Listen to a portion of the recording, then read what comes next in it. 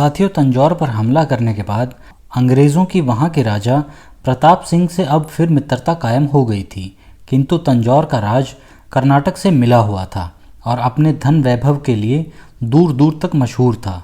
कर्नाटक और अवध के नवाब कई पीढ़ियों तक अंग्रेज़ों के लिए कामधेनु का काम करते रहे थे। इन दोनों नवाबों से धन चूसने के लिए आवश्यक था कि अंग्रेज़ उनके पास के इलाकों को लूटने में उन्हें मदद दें।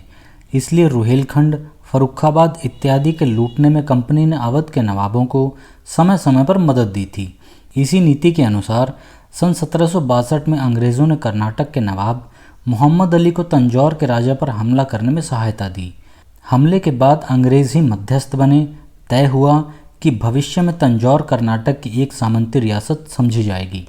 तंजौर के राजा कर्नाटक के नवाब को 4 लाख रुपए सालाना खिराज दिया करेंगे और अंग्रेज़ कंपनी इस बात के लिए जामिन रहे कि भविष्य में कर्नाटक का नवाब कभी तंजौर पर हमला नहीं करेगा। राजा प्रताप सिंह के बाद उसका बेटा तुलजाजी तंजौर का राजा हुआ।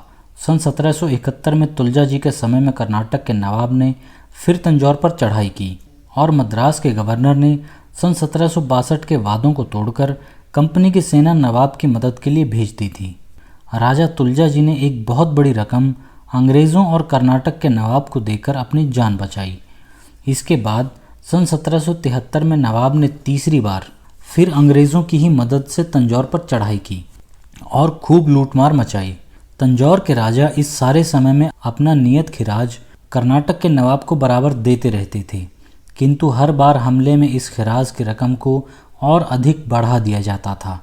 वास्तव में नवाब कर्नाटक के पास अपने अंग्रेज़ ऋणदाताओं और कंपनी के अफसरों की आए दिन की नाजायज़ मांगों को पूरा करने का कोई और उपाय था ही नहीं। साथियों, बात यह थी कि कर्नाटक के नवाब ने अंग्रेज़ों से कर्जा ले रखा था और उसी कर्जे को उतारने के लिए अंग्रेज़ कर्नाटक के नवाब को तंजौर पर हमला करने के लिए बार बार उकसाते रहते थे।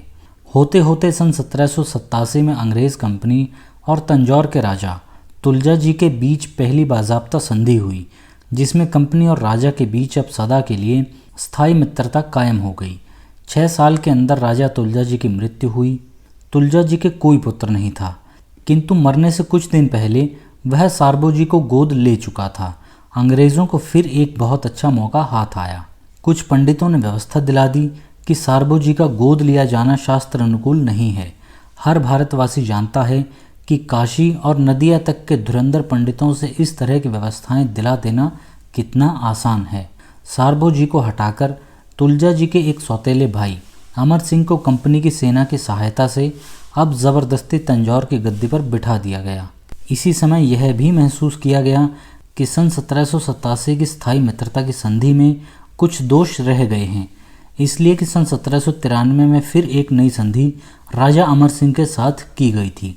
इस बार की संधि में अब कंपनी ने सदा के लिए तंजौर राजा की रक्षा करने की जिम्मेदारी अपने ऊपर ले ली और उसके बदले में राजा अमर सिंह ने एक बहुत बड़ी सालाना रकम सेना के खर्च के लिए कंपनी को अदा करते रहने का वादा किया। इस तरह तंजौर की रियासत भी सब्सिडियरी संधि के जाल में फंस चुकी थी। साथियों, वीडियो में फ़िलहाल इतना ही। आपसे फिर मुलाकात होगी। नमस्कार।